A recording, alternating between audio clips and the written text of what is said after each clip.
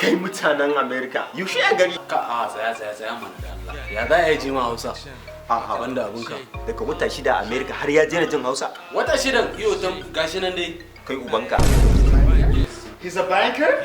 Me na gaya ma? He works in a bank? Yeah. You banker. Yeah, that's cool. You work in a bank. That's nice. Interesting, man. I love this nigga, man. Shey, I love this nigga, man. He's a banker. Yeah. He has a lot of money, right? Yeah. You got a lot of money, right? Cash money. Young money, billionaire, yeah? Me na gaya ma? Marsan tidin wace S class. Su zan ita a waje. Na ga yara sun soki glass din gaba daya. Kai ya bata Allah. Mota aro ce fa. To da wasa nake. Wait, April Fool. I love that shit. That's crazy. kai kwana biyu fa saboda Allah kwana biyu turanci har kwarancin ake mun saboda Allah amma kai karar